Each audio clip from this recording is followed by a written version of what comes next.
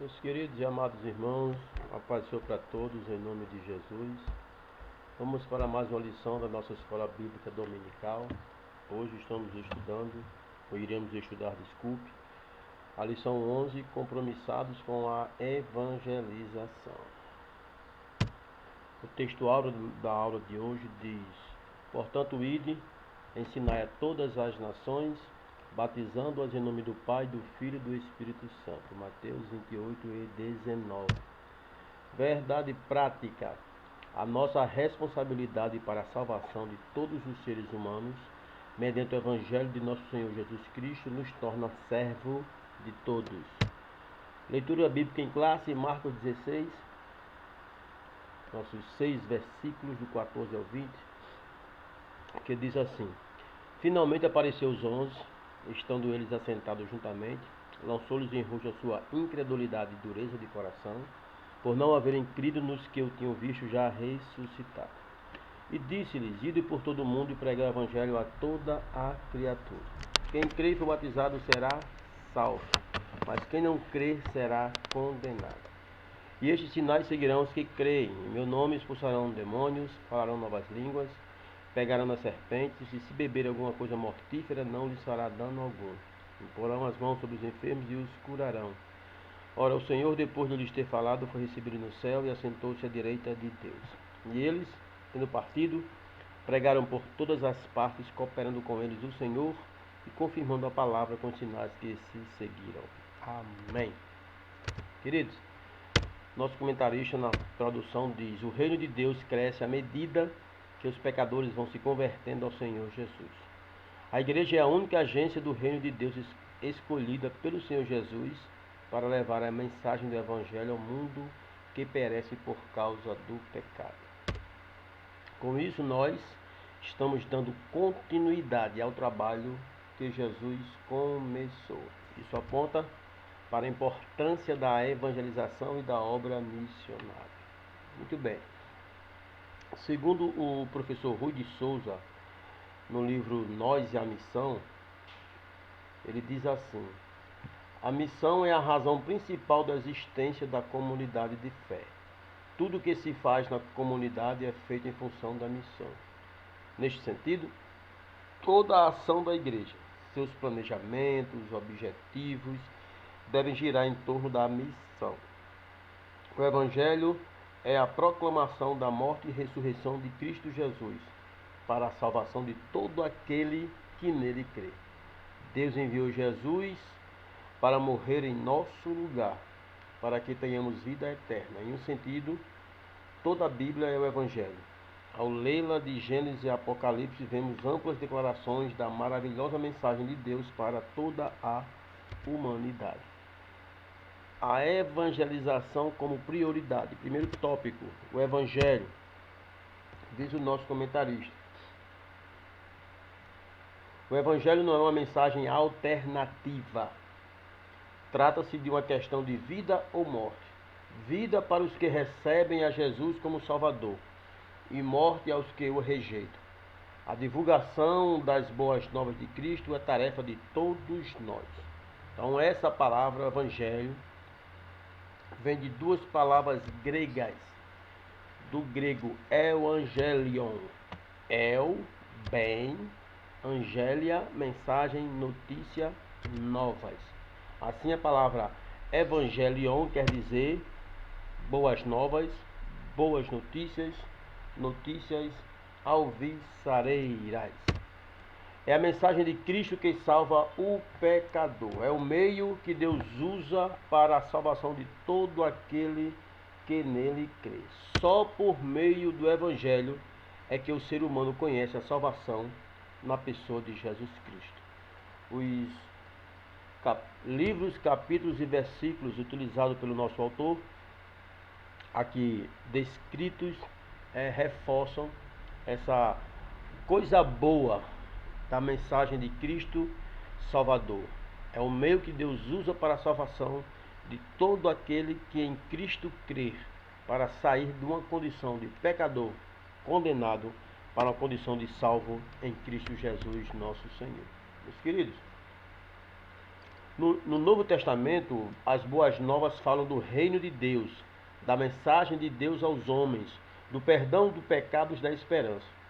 Paulo, quando escreve as suas cartas, o termo que ele utiliza para boas novas significa, de forma especial em relação às igrejas, o plano de Deus para a igreja, o destino e grande privilégio da mesma, incluindo os meios de salvação.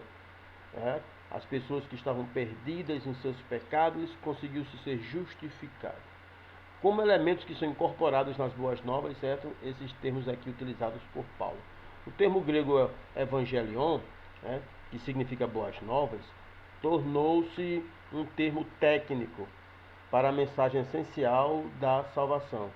Se você for ler direito em alguns escritos do Novo Testamento, essa palavra é modificada por outras frases descritivas, como por exemplo, Marcos 1,14, o Evangelho de Deus, Marcos 1,1, o Evangelho de Jesus Cristo, Romanos 1,9, o Evangelho de seu Filho, Mateus 4,23, o Evangelho do Reino, Atos 20,24, o Evangelho da Graça de Deus, enfim, várias frases descritivas modificaram esse termo Evangelion no Novo Testamento. Subtópico 2, o único Salvador do mundo, diz o nosso comentarista. O Evangelho são as boas novas que falam do reino de Deus, da salvação e do perdão dos pecados na pessoa do nosso Senhor Jesus Cristo. É o Evangelho da graça de Deus. Não existe, as Escrituras nos ensinam que todos os seres humanos são pecadores e precisam se reconciliar com Deus. Paulo diz: todos pecaram e destituídos estão da glória de Deus. Entre o homem e a vida eterna tem um abismo muito grande chamado pecado. E para transpor este pecado, somente através do Evangelho da graça. Continuando, não existe um meio de salvação sem Jesus. Ele mesmo foi quem disse: ninguém vem ao Pai senão por mim. Então, Jesus e esta cruz é que faz com que esse abismo chamado pecado, que separa o homem de Deus, o homem mundo da vida eterna com Deus, está na pessoa bendita de Cristo Jesus. Tem até algumas histórias que nós chamamos de ilustrações para sermões acerca do camarada que estava levando a sua cruz e duas pessoas carregando sua cruz. De repente um disse que a cruz estava muito pesada, muito comprida, pegou uma serra, torou um pedaço da cruz, ficou mais leve e conseguiu levar a cruz até o final. Quando chegou no final do caminho, tinha esse grande abismo aqui da figura. O outro que não cortou a cruz, quando jogou ela de um lado alto do abismo, serviu perfeitamente para atravessar, enquanto aquele que cortou sua cruz não conseguiu atravessar de jeito nenhum. Por isso que Jesus disse que ninguém vai ao Pai senão por ele. Quem quiser ir após ele, negue-se a si mesmo, tome sua cruz e siga a Jesus. E Jesus também afirmou: o campo é o mundo. A pregação do Evangelho é uma necessidade imperiosa, porque não existe salvação sem Jesus. E o campo é o mundo, e isso nos mostra a grande responsabilidade da evangelização, tanto local como mundial. O Evangelho, como já falamos, é a boa notícia da parte de Deus, em primeiro lugar, de que Cristo morreu pelos nossos pecados. A Bíblia diz que Deus criou Adão sem pecado, capaz de governar uma criação boa. Depois Adão se apartou de Deus, levou toda a nossa raça a cair com ele na culpa, na miséria, na ruína eterna. Mas Deus, em seu grande amor por nós, rebeldes, a partir de então, completamente inadequados para ele, enviou um Adão melhor, o qual viveu a vida perfeita que nunca vivemos e morreu a morte culpada que não queremos morrer. Então Cristo morreu pelos nossos pecados, no sentido de que na cruz ele fez expiação pelos delitos que nós cometemos contra Deus. Ele é o nosso rei. Jesus, morrendo como nosso substituto, absorveu em si mesmo toda a ira de Deus contra a real culpa moral do seu povo. Ele não deixou nenhuma dívida que não esteja paga. Ele mesmo diz, João 19:30, tetelestai, está consumado. e nós diremos para sempre: digno é o Cordeiro que foi morto, mas reviveu. Louvado seja o nome do Senhor. Subtópico 3, uma agência legítima. O Senhor Jesus constituiu a igreja como única agência do reino de Deus na terra, encarregada de anunciar essas boas novas de salvação. É necessário, pois, a mobilização de toda a igreja para que essas metas sejam alcançadas. Cada crente nos dias apostólicos era um próspero ganhador de almas. Devemos seguir esse exemplo. Devemos seguir esse exemplo, esse modelo. Jesus foi enviado para suprir as nossas necessidades. Isso é feito mediante o Evangelho. Devemos, portanto, agir como o apóstolo Paulo. E aqui, quando estudamos sobre a missão da igreja no mundo, observamos que é uma missão simples, mas gloriosa. O evangelista Marcos definiu bem o que Jesus falou sobre essa missão.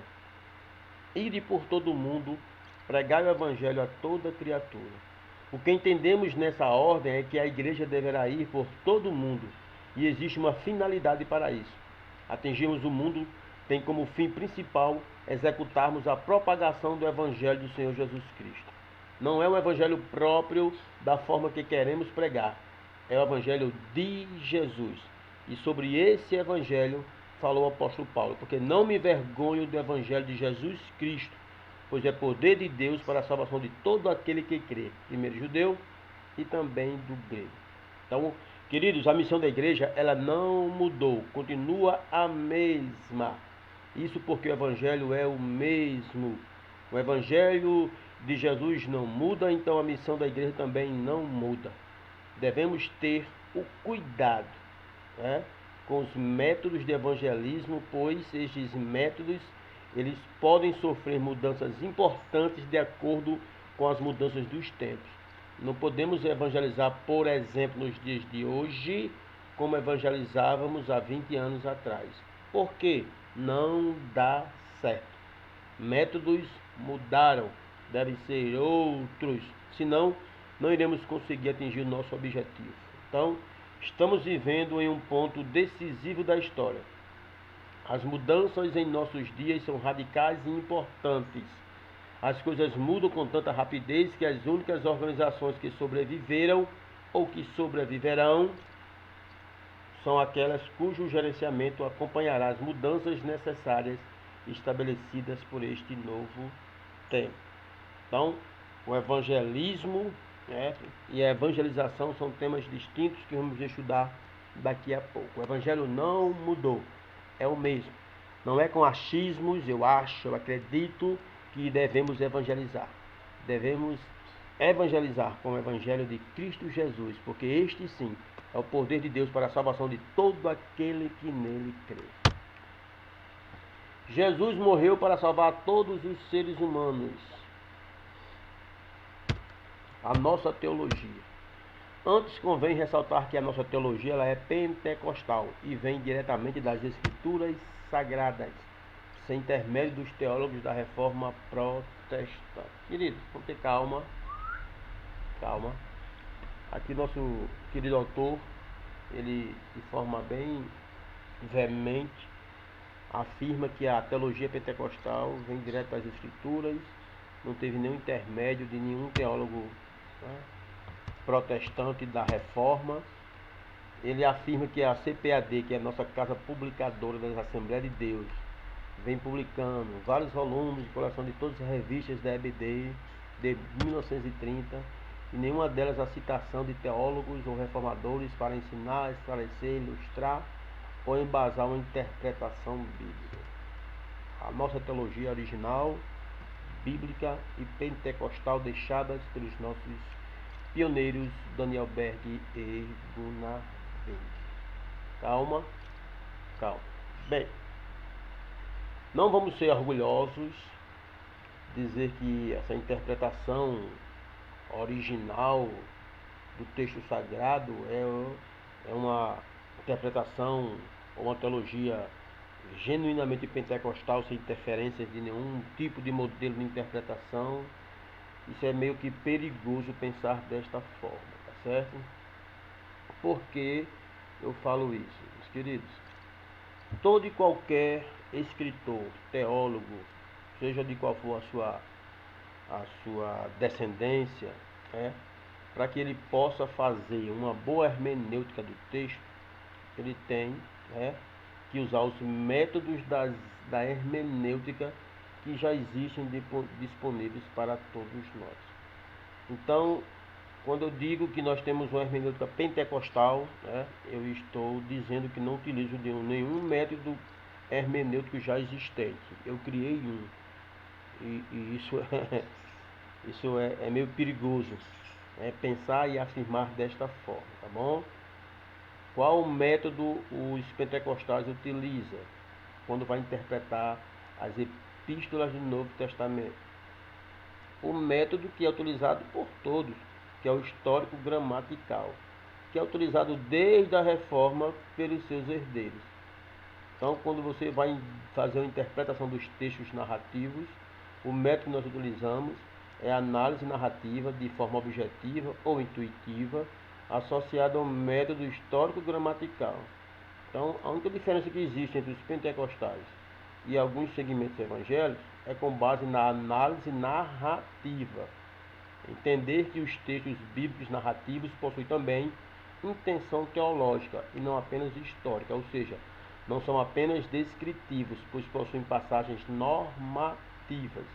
Então, quando você é pentecostal e lê Atos dos Apóstolos, e quando você não é pentecostal e você lê Atos dos Apóstolos, tem diferença? Os crentes tradicionais, eles também não lê Atos dos Apóstolos e veem a mesma coisa que nós? Uma pequena diferença. Qual? Eles não, os tradicionais não acreditam na atualidade do batismo com o Espírito Santo. Eles discordam teologicamente da definição que nós damos. Apenas isso. Então, nós podemos ver aqui que a ideia de uma hermenêutica pentecostal ela não se sustenta, pois o que se altera no uso dos métodos hermenêuticos utilizados pelos evangélicos, pentecostais ou não pentecostais, são os pressupostos dos intérpretes. A análise narrativa tem as suas raízes na mesma fonte. Onde? Aristóteles. Aonde foi isso? A sua obra poética, por exemplo. Quem quiser pesquisar, pode fazer a pesquisa. E essa análise narrativa foi desenvolvida pelo folclorista russo Vladimir Yakovlevich. Isso. Onde é que eu encontro isso? No livro Morfologia do Conto Maravilhoso. E o seu fundamento acadêmico atual pode ser encontrado, dentre outras, nas obras de Daniel Marguerat, Ivan Burkin, para ler as narrativas bíblicas. Então existem muitas e muitas publicações originais de outros países, como França, certo? Como o método histórico gramatical com as suas raízes históricas nas escolas de Antioquia, Luciano de Samazota, os monges do mosteiro de São Vito na França, enfim.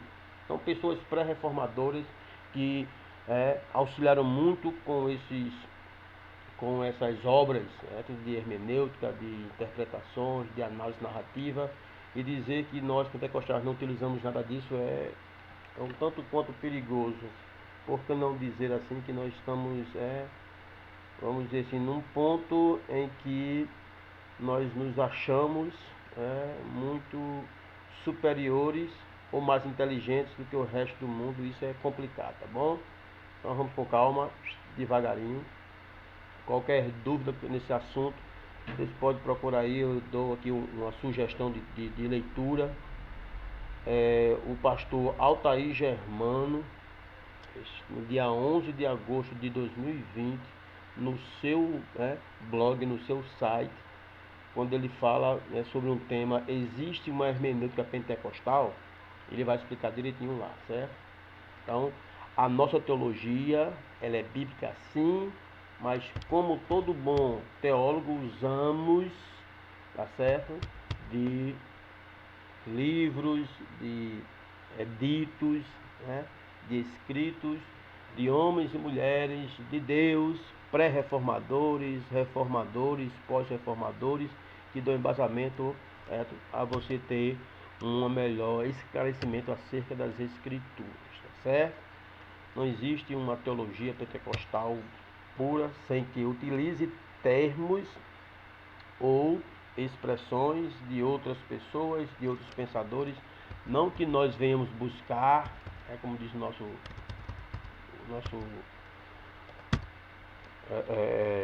comentarista aqui do livro, sem intermediação dos teólogos da Reforma Protestante, né? Essa intermediação que ele está falando aqui em relação a pensamento é uma coisa, tá certo? Mas acerca de utilizar os mecanismos, né, que todos devem se utilizar para a hermenêutica, para um estudo, né, sistemático, para uma análise gramatical dos textos, nós temos que utilizar de outras coisas, inclusive na matéria que estamos ministrando no CETADEM, que é a nossa identidade teológica. Nós afirmamos que nós não descobrimos nada no que diz respeito à teologia. Tudo que nós já sabemos hoje é baseado nas pesquisas de alguém lá atrás. Alguém fez, né, aquele quebra-cabeça, montou, teve que ralar muito, ler muito para poder formar aquilo que nós temos hoje como nossas doutrinas. Então, ninguém hoje aprende, né? Nós não inventamos nada, nós estudamos baseado naquilo que alguém já escreveu. Então, nós não temos a intermediação dos teólogos da Reforma Protestante no que diz respeito à nossa identidade pentecostal, tá certo? A teologia pentecostal, sim, ela é diretamente, vem das Escrituras, vem dos nossos pais da fé, vem dos nossos pioneiros, mas não existe uma hermenêutica pentecostal, uma teologia pentecostal genuína, sem que utilize-se, né, desses subsídios desses homens e mulheres de Deus durante toda a história. Bem, por quem Jesus morreu? O texto sagrado vai dizer, né, desculpe, o comentarista da revista vai dizer, essa é uma pergunta bem interessante. Há muitas discussões teológicas sobre o tema, mas nos últimos tempos os debates se concentram entre duas interpretações das Escrituras: a expiação limitada e a expiação ilimitada. A limitada trata-se da ideia de que Jesus morreu apenas por um grupo restrito de pessoas escolhidas desde antes da fundação do mundo. Deus selecionou algumas pessoas para serem salvas. Esse pensamento vem da visão teológica, a nosso ver, equivocada e baseado num exegese ruim, como acontece, por exemplo, numa interpretação forçada de 1 Timóteo 2,4, que afirma querer Deus que todos os homens se salvem e venham ao conhecimento da verdade. Os teólogos defensores dessa teoria conclui-se que trata de todos os homens crentes. Rejeitamos essa linha de interpretação. Esse é um dos exemplos, entre outras passagens bíblicas, que eles interpretam de modo a ajustarem a sua teologia. Já a expiação é limitada e significa que o Senhor Jesus morreu por toda a humanidade. Esse ensino recebemos de nossos pais, os quais usaram a Bíblia como fundamento desta doutrina. Jesus é o Salvador do mundo e não somente de algumas pessoas. Bom, esse é o que nós estudamos aqui diante da expiação ilimitada. A expiação foi realizada em favor do mundo inteiro. Aqui nós temos 2 versículos que amparam essa afirmação. Por isso que Jesus mandou pregar no mundo inteiro, a toda criatura, quando disse: ide por todo o mundo. Bem, essa expiação ilimitada, nós acreditamos ser a mais coerente com o texto sagrado. O nosso autor diz que é erro teológico afirmar que a expiação é limitada, porque a graça de Deus se manifestou, trazendo salvação a todos os homens. Jesus morreu por todos os pecadores, certo? A expiação ilimitada ou universal defende que Cristo morreu por todas as pessoas no mundo. Agora, preste atenção.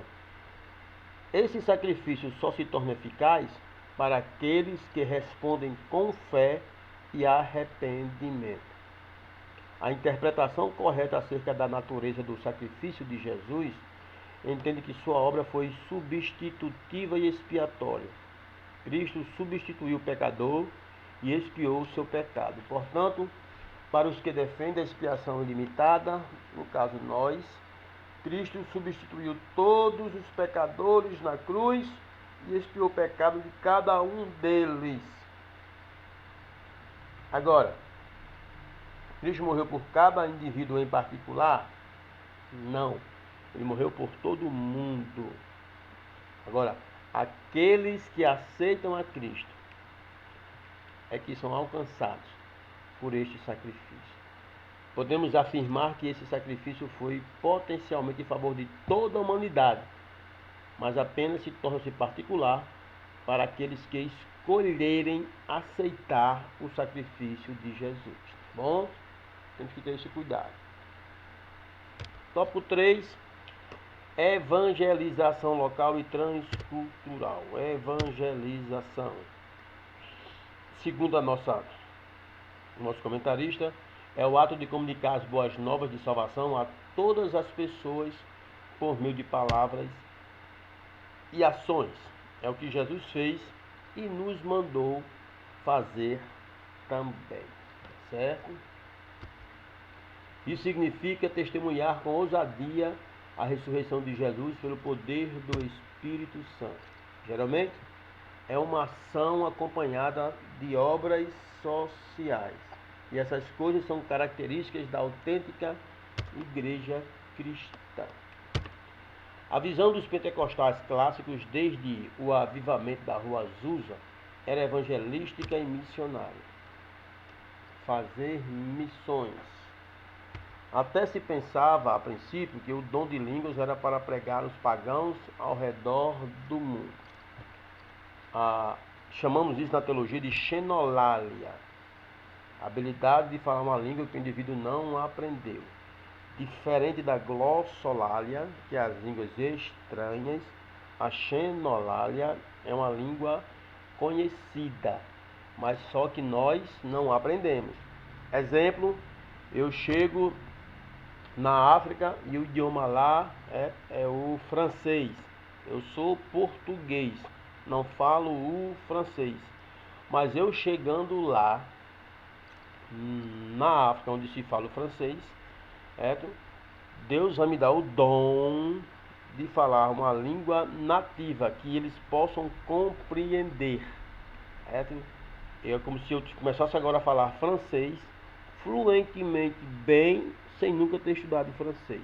Isso é que nós chamamos de xenolalia. Logo, esses pioneiros desistiram dessa ideia xenolática missionária, mas eles continuaram a obra missionária mesmo sem xenolalia. Não se preocuparam em aprender os idiomas das culturas onde se vai pregar o evangelho.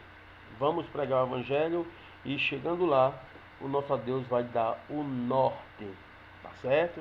O que fazermos quando chegarmos nessa localidade. Agora, é bom diferenciar, voltando aqui, é bom diferenciar os termos evangelismo e evangelização. Não é a mesma coisa, tá certo? Evangelismo ou evangelização são diferentes. Evangelismo é teoria, evangelização é a prática. Evangelismo, doutrina cujo objetivo é fundamentar biblicamente o trabalho evangelístico, de acordo com as narrativas e proposições da Bíblia Sagrada.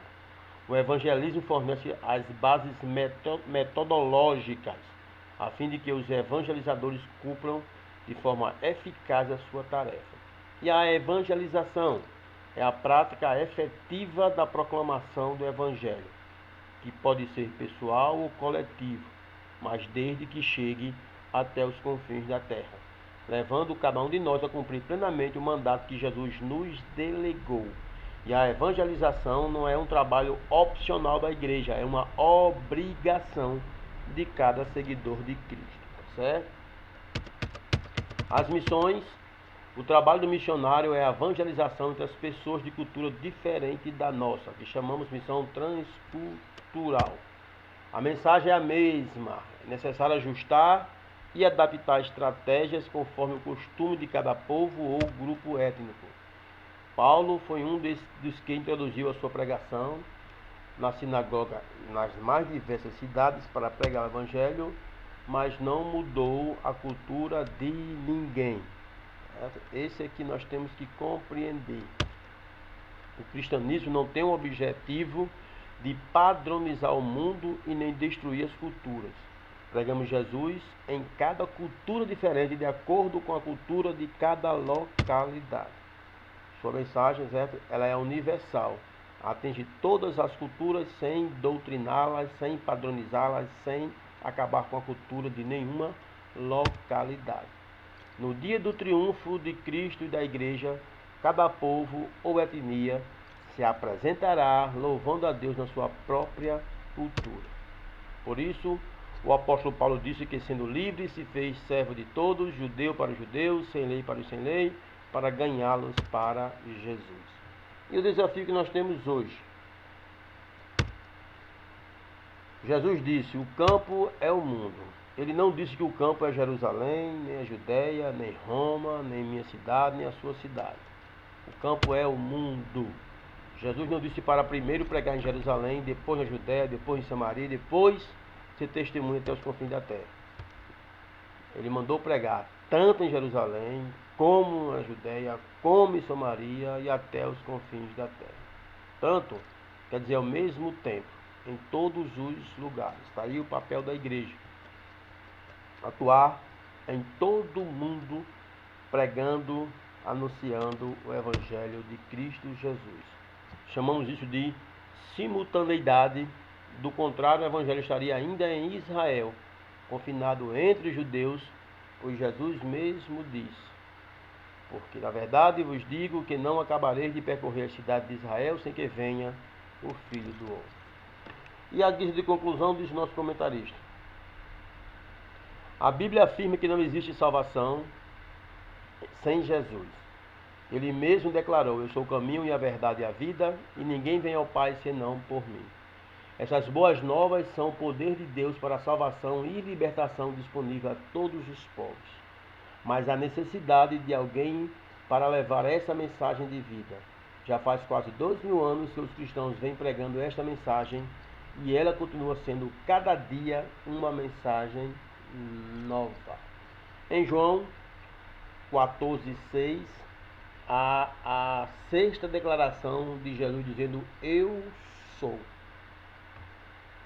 Em resposta à pergunta de Tomé no versículo 5, Jesus declarou que ele é o caminho para Deus, porque ele é a verdade de Deus e ele é a vida de Deus.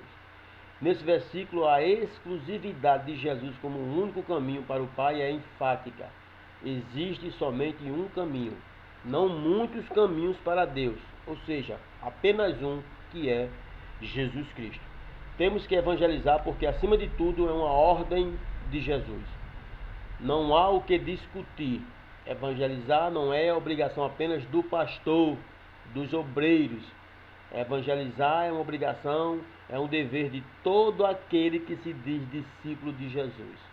Aquele que ama Jesus não pode deixar de falar o que tem visto e ouvido. Assim agiam os crentes da igreja primitiva. Não obstante a oposição dos poderes religiosos, a oposição dos poderes seculares, os primeiros discípulos evangelizavam, e isto com ousadia, com determinação. Evangelizar é a missão de todo crente, quer obreiro, quer leigo, ganhar almas é o seu dever. E na crise atual, muitos são os que desesperados buscam um Salvador, mas apenas a Igreja de Cristo pode mostrar o caminho da salvação. Queridos, Deus nos guarde, Deus nos ajude, Deus nos abençoe, em nome de Jesus. Vamos terminar por hoje a nossa lição. Domingo que vem, se Deus quiser, em nome de Jesus, estaremos com mais uma lição.